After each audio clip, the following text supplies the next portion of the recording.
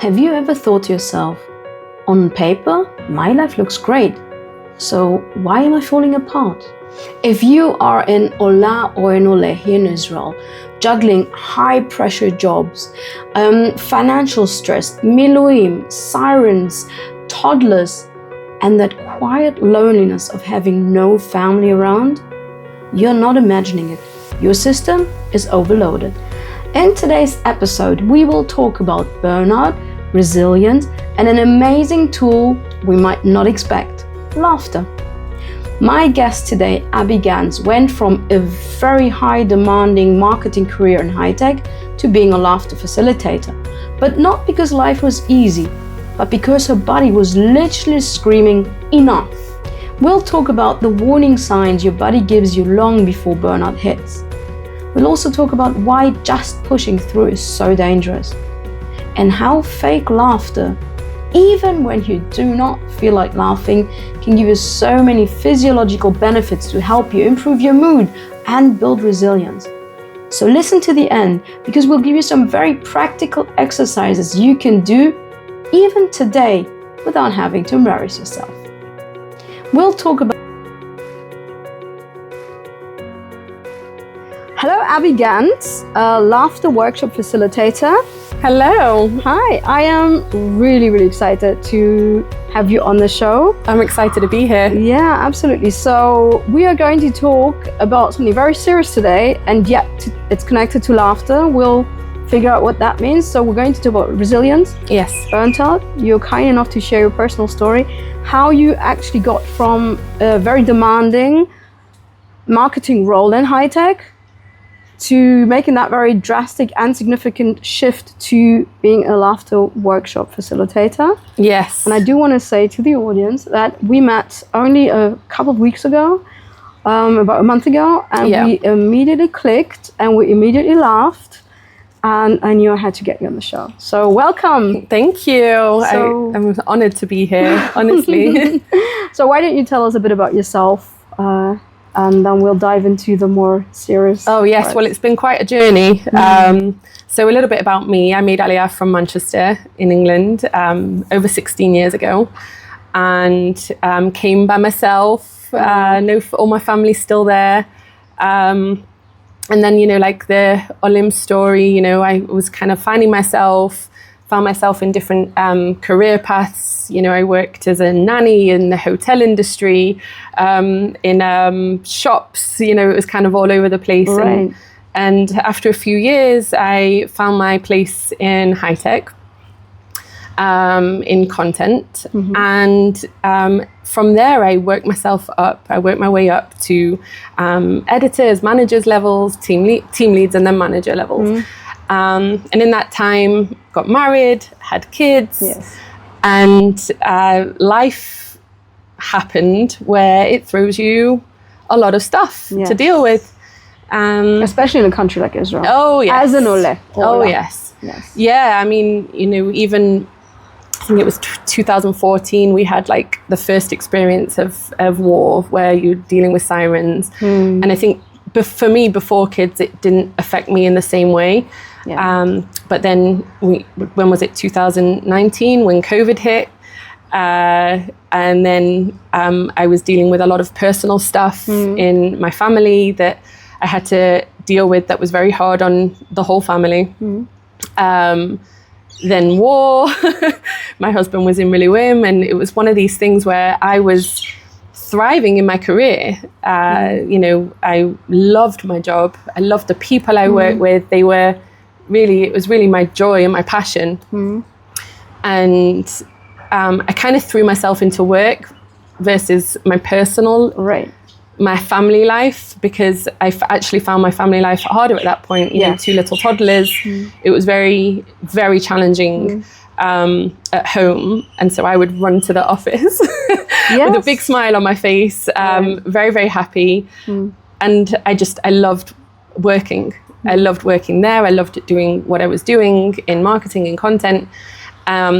And eventually, life caught up with me and my body.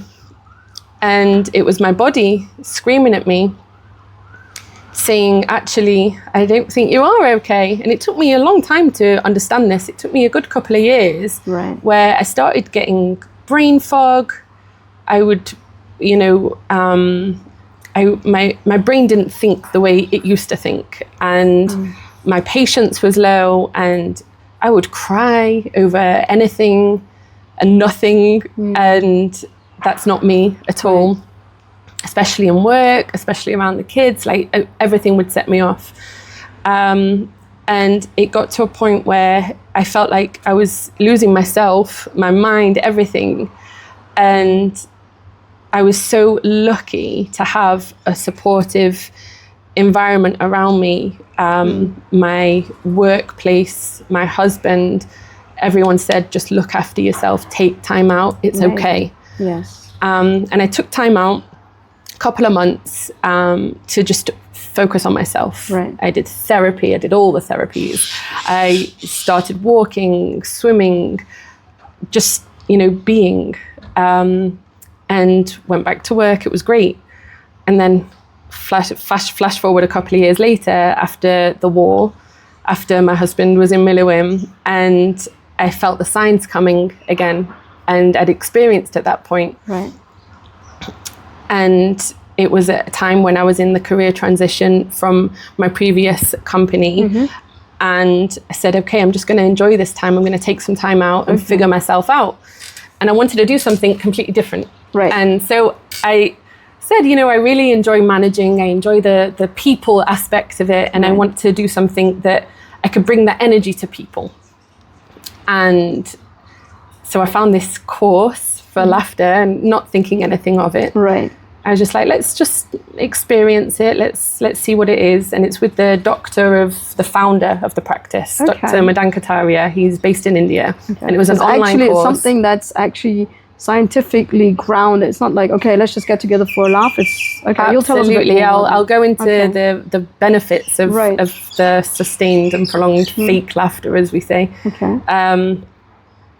And after I completed the course, I actually found a guru in Israel. Amazing. To work with over the summer, and expanded my skill set there.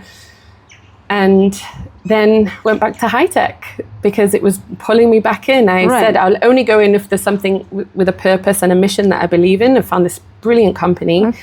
And very, very soon after I started, my body was screaming at me. Again. Physically, I was getting migraines every day. A few other health things related to stress. And I had to reflect hard because, you know, you're leaving this comfort of this industry and this, you know, the stable salary. And, you know, I'm questioning myself. I've done that. I know firsthand what you mean. Yes. And it's a really tough decision. And I kind of, you know, question myself, you know, what am I doing? And I think also it gets to the point where, you know, I'm of a certain age and it starts making you think, you know, is this what I want to be doing for the next 10 years? And I didn't think I could do that to myself physically, do it to my family either, because they were suffering too. And so I made a decision, a very, very difficult decision. And I said, okay, I think I've gained enough knowledge in this world, enough life experience to be able to take this on. And I feel like that's right for my next step now. Very difficult. So I want no regrets. so I want, before you actually go into what is this laughter work that you do, and I mean, we've talked about this before, and there is science behind it. So it's, as I said, it's not just, let's get together for a bit of a laugh, which has benefit in itself. I'm not pooping that. I just want to kind of wrap up what you said and kind of put it in, you know, I am a coach at the end of the day, but your personal story and your process and the process that you went is really, really important, and I think very encouraging for people. It's a very similar story to mine, thank God, without the health aspect, but, you know, everybody goes through it differently. First of all, what you said is like, most of us are usually like just in the doing, and we actually in coaching, we do talk about the triangle, the being, doing, having. So doing is what most people, and that's the society we live in, that's the world we created. It's like, oh, we need to get a job, we need to get a better career, we need to, achieve all that we need to be doing. You have to do the path that you think you're meant to be doing. Right, and doing. And we hardly ever stop to just be. It's like, just be, just think for a minute, just don't do anything, just be with someone you love, just be. Also in coaching, one of the main benefits that clients get is from just being with me, just talking. And I sometimes have clients, when they're so overwhelmed, that I will just sit with them. I think I've told you that. Just sit with them for 10 minutes, 15 minutes, 20. Just sit and be with them. Nobody says a word. And that in itself brings so much benefit. It's hard, it takes training. So for you to realize, hold on, I was doing and I wasn't being, that's a big thing. That's something I really encourage people to just stop for a second and just, who am I? What I need in the being? We'll talk about that another time. It's so true. All right, so we had to move inside because there was a truck making a lot of noise, but now we have a guest with us. All right, so we're a dog for people who can't see this. Yes, a cute little dog. While outside there was a rabbit, so here we go. Yes. So that's life, we transition, we have to be flexible, so now we're inside and it's all good. So we talked about the importance of like stopping for a minute and actually be in the being and not just in the doing, and you were about to say that it's so easy to be caught up in the doing of life, and you've got to get up in the morning and then you've got your thing A, B, C, D, E, F, D, all the way. Absolutely. And you're not thinking, you're just running to get the next thing done, done. And I think this is where the burnout can really sneak up on you, because life is so hectic and there's so much going on that you don't ever have time to stop and go, I need to breathe. And we don't breathe. And it's one of the things that I'll mention in a little bit, like that feeling of, just being conscious of our breath and deep breathing. Right. And another thing I do want to add is that also when clients come to me and they are exhausted, and they often, it's interesting because just this week with a client, and she's amazing, she's like very qualified, she's actually a bit older than me, so she has a lot of life experience, very professional, and like, so I asked her, so what do you want? And she's like, with tears in her eyes, well, I actually don't know.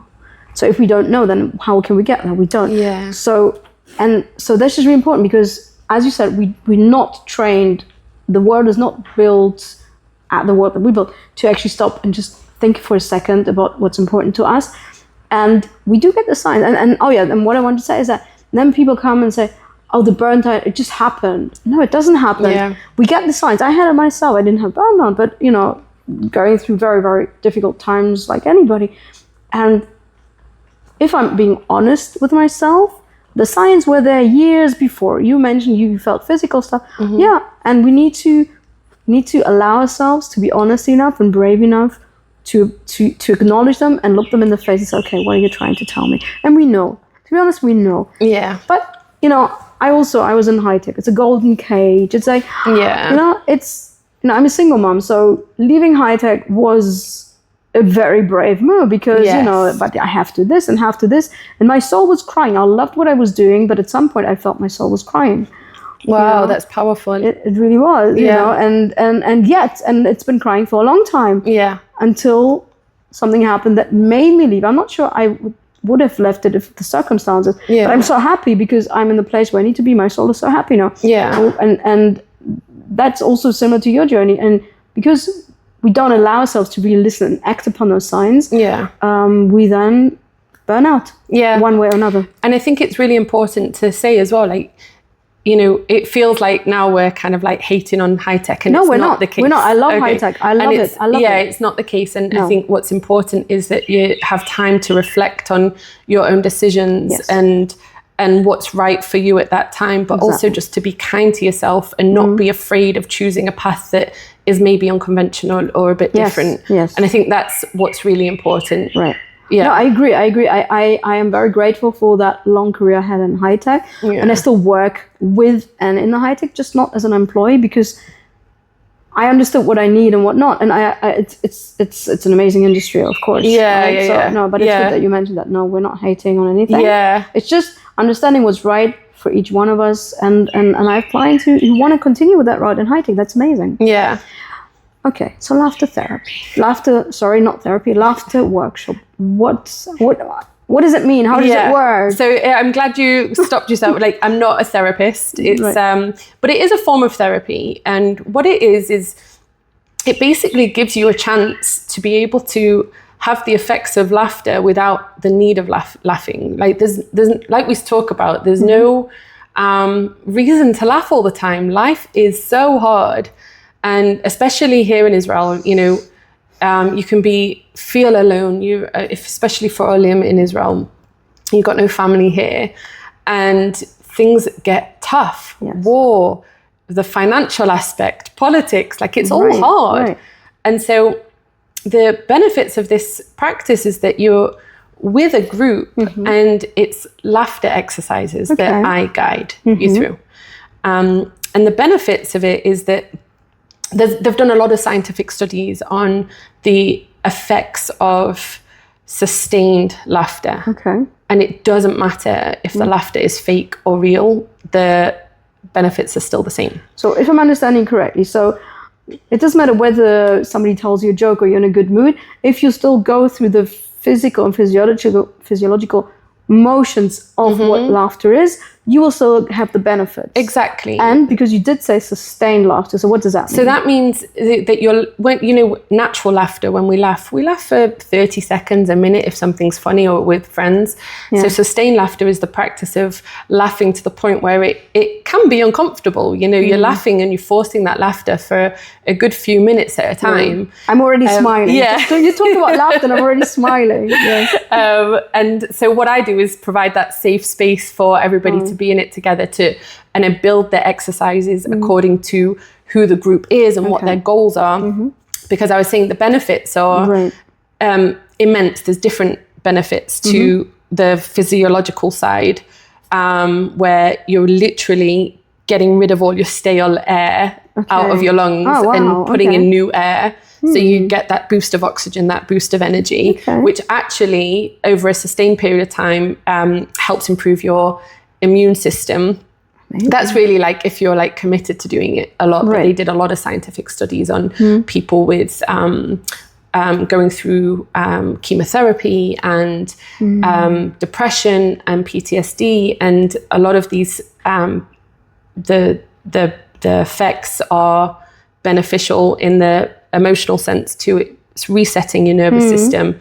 It's proven to lower your cortisol, which is the stress hormone, and raise all the good happy hormones, the dopamine, the endorphins, the serotonin, the oxytocin, which is like the connecting hormones too. So when you're doing it with people, it's a great practice to be able to connect with others without that need of speaking, which is so rare. You know, we're so lucky. We live in a time where wellness and mental health is so prominent. And, you know, in my previous companies, they did so much to support the self, yoga lessons, meditation, even like massage like stations at times.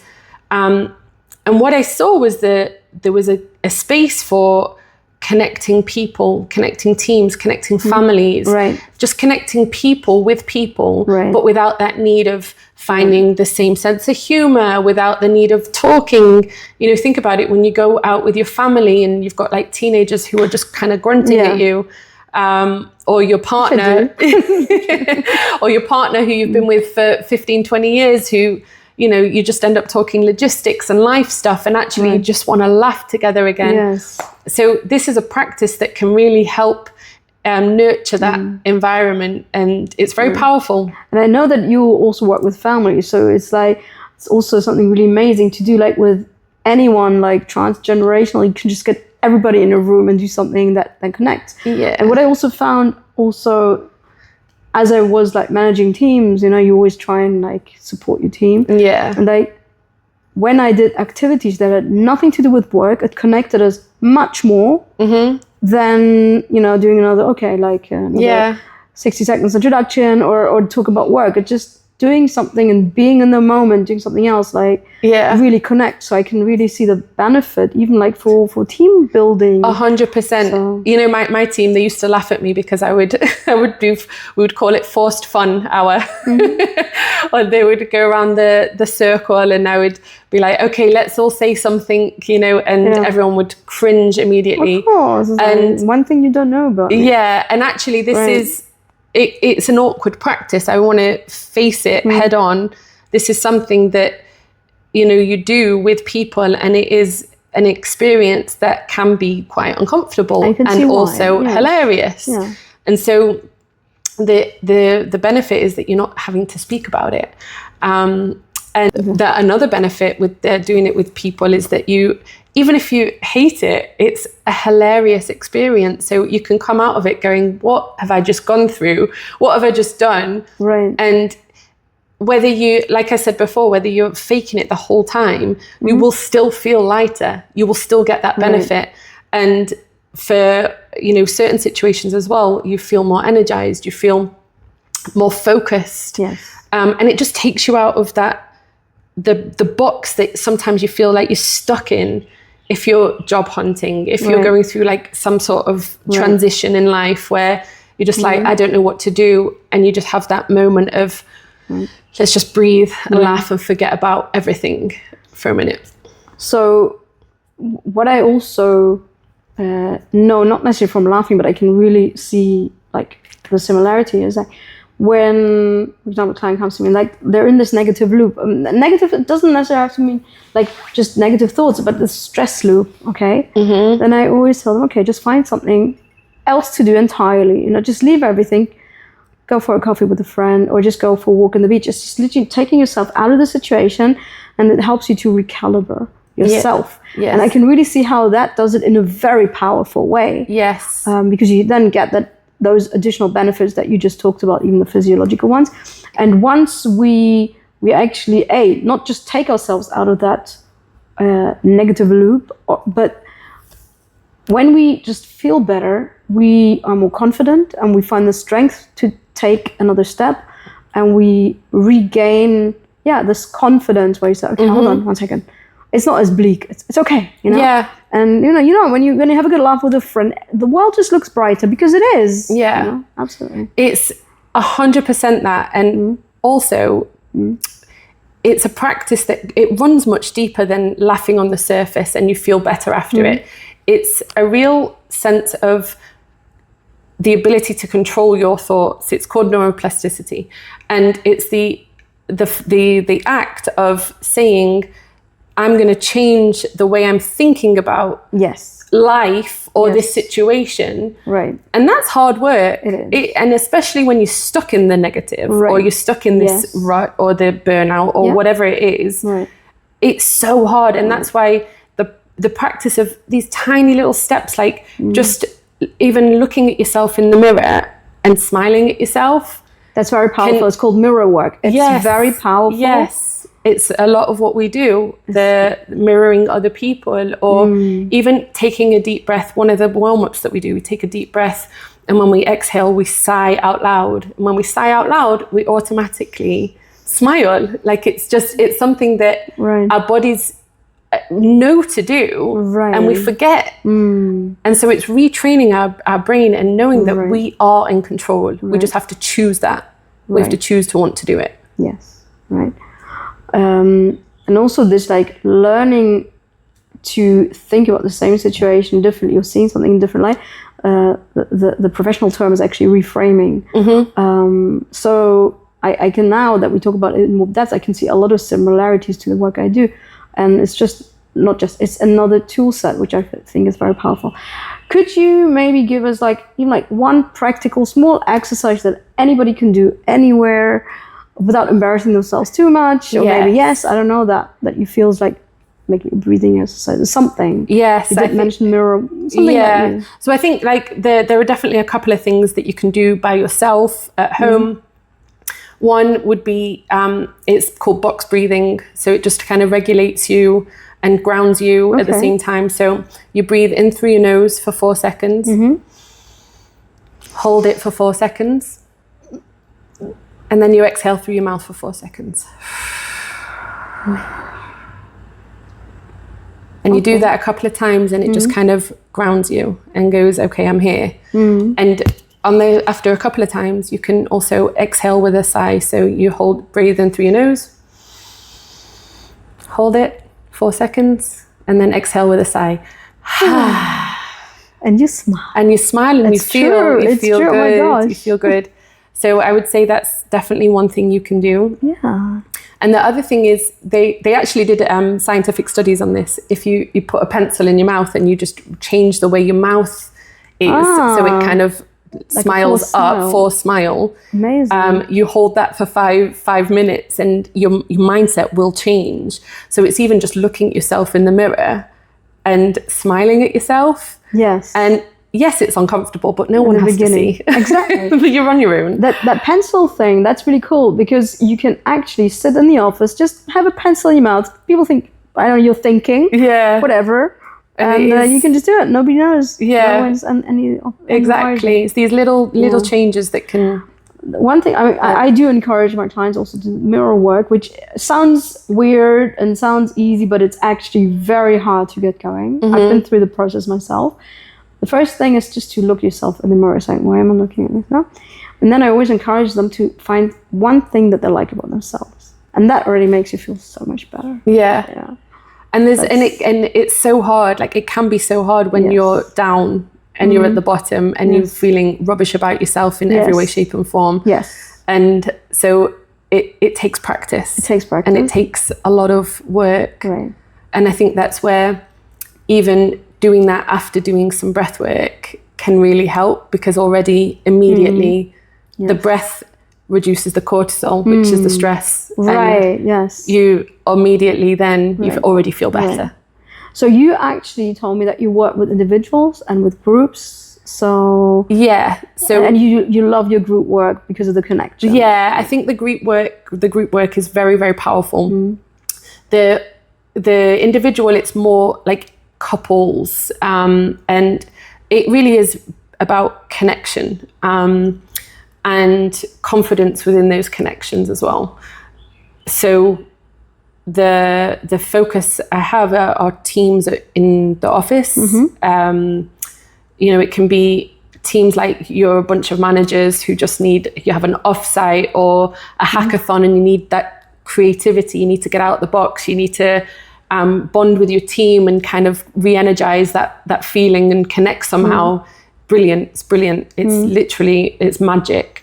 Families, we talked about, connecting with your family who you don't want to talk to them, but you just want to laugh, and I tailor the sessions so it's very like together, and I make sure everything that I do is based on that specific group. So I'm really understanding their dynamic between the people, what they want to achieve, if it's confidence, if it's energy, if it's connection. It's all kind of indicating different exercises along the way. Right. And also, groups of friends, communities, it's all part of it. Yes, absolutely.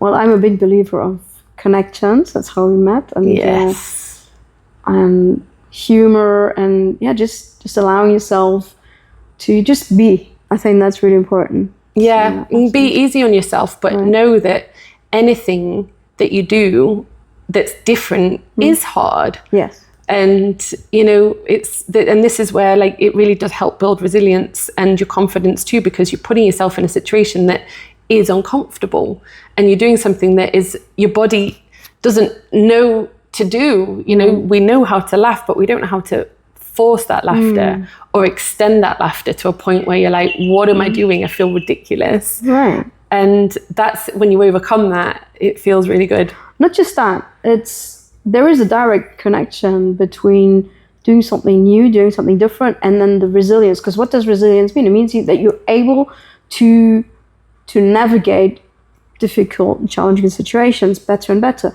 So I always see, even like with myself or with my daughter, for example, the biggest fear is the fear of the fear. Okay, so once we push ourselves and go through that, And then we come out at the other end. We say, hey, it wasn't that bad. Yeah. So next time we have an unknown, it's like, I know it's challenging, but because I've done it so many times before, I know it's not as bad as it seems, and it makes it easier for me to go through that. And then we've had the next successful experience of doing something unknown. That's how the resilience actually gets built, because we practice doing something unknown, and then we know, okay, I can handle it. And then after so many times, we are equipped, and we are much more willing and able to go through and into unknown and challenging situations. Yeah, and it builds your inner confidence. It does, as well. Absolutely. And also with this specific exercise, it gives you that ability to look on the bright side, because you're training your brain. You're literally training your brain to do it. I'm very well aware, like the practice for me comes from hardship. It comes from being at the bottom. Yes. It comes from, the things that life deals with you that are really, really hard. And it's very easy to look at people like me face value and go, oh, she's so happy she doesn't have a care in the world, Yes. I think it is easy no, of course, for people but it's just to look looking like on that. the But surface. it's surface level, but there's a lot of depth to this. Yes. And also the practice is very deep. It runs deep. You might think I'm just laughing for an hour, but actually it's giving you a lot of tools. Yeah. The thing is, I could be talking with you for hours, and we will, but off camera. What are what I call the 3 gold nuggets that you'd like the listeners or viewers to walk away with something practical? I think definitely what I mentioned before, like the breath work, remember to breathe. We forget. We run through life and we realize that we breathe shallow because we're not conscious of it. And it sounds so ridiculous. Like, my advice is to breathe, but actually, if you do it, if you take this deep breath, you do the box breathing, it will make you feel grounded, and it just helps you just say, okay, I'm here, I'm in the present. Right. The second thing I wanted to say was to remind yourself that you are unique, and you have something that no one else in this world can offer. You might have 10 years experience doing what you do professionally, but you also need to consider that the tools and the skills that life has given you. Yes. And understand that what you have to offer, it might be something that's personal. It might be that you have this crazy optimism. It might be that you are a perfectionist. Whatever it is that you acknowledge about yourself, that's your strength. And the world wants what you have. Yes. No one else can do that. No one else can take that away from you. So I think it's important to take that time to just understand what it is about yourself that is uniquely you. Yeah, and that is really spoken like a true coach, because that's literally, that lies at the essence of coaching work. Getting clarity of who you are, what you have to offer, and what you need and what you want, and then take this forward to whether it's for your career or your life or for your small business, whatever it is. Yeah. But that clarity is at the basis of everything. Yeah. 100%. Yeah. And I would say the last thing is, community is everything. And it's something that I really found myself lacking, leaving high tech, going out on my own, starting independent. And wow, it was so hard, being on your own. And then you're like, actually, I'm not on my own. There are people out there. There are people who are like me and want to help each other. Yes. This is exactly one of the reasons one of the places we met was a networking event.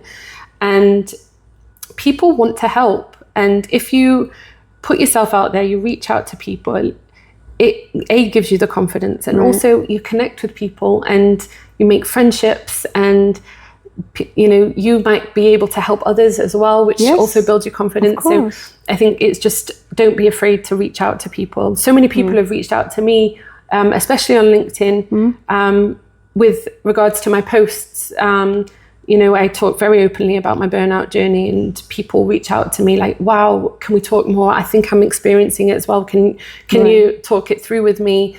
And I'm so happy to help them because I understand it. And, for a 20-minute conversation, if you know you can help someone who's going through that, then I agree. Yeah, so don't be afraid. Exactly. I'm always grateful when people reach out. I'm like, it takes courage. It does. It does. And I do the same to people. And sometimes they don't reply, and sometimes they do. Exactly. And there's nothing lost on my side. Yes, absolutely. Yeah. I really agree with everything you've said. And there's just have the courage to reach out. I think it's so important because you have the know already. And that's why I always, I say people just, I actually market it as a complimentary 20-minute clarity call, because often people are afraid to reach out because, well, they don't know whether they want to work with me and they don't know whether I'm right. Okay, but we can find out, and I'm happy to help, even if those people don't continue to work with me. I do have a business. Of course, I want people to work with me, but I made that change from high tech to what I'm doing because I want to generally help. So if I can help someone in a 20-minute conversation, then that's great. Yeah. And at the end of the day, you never know. Maybe they'll refer me someone else, or they'll come back with me, which has happened to. And even if not, that's okay. Yeah. I really believe in just giving, and the universe will bring it back, and it's good. And and so I absolutely agree. Just reach out, and you never know what comes out of it. Wow. You never know. Seriously. Yes. The connection might talk about another connection to another connection. You never know. You never know. And we are social creatures. We're not meant to be alone. It's not a weakness. That's just the way we're built. How can people reach you? How can they? So you said LinkedIn, so they can read your wonderful posts. Yes, you have a website, right? I have a website, laughwithabi.com. Right. And Instagram as well. And Instagram, yes. Instagram, it's Laughter Therapy with Abi. Wonderful. So I'm going to put all the details in the description so people can reach out to you. And yes, so first of all, I look forward to our work together, which we're now doing. And thank you so much for taking the time. You've been wonderful, so much valuable information. Thank you. It's been an honor, and I'm really glad that I met you and you've asked me to do this. Absolutely. Brilliant. Thank you so much. Thank you. Aliyah Pathways with me, Dr. Dahlit Brin, supporting a journey toward confidence, clarity, and connection in Israel.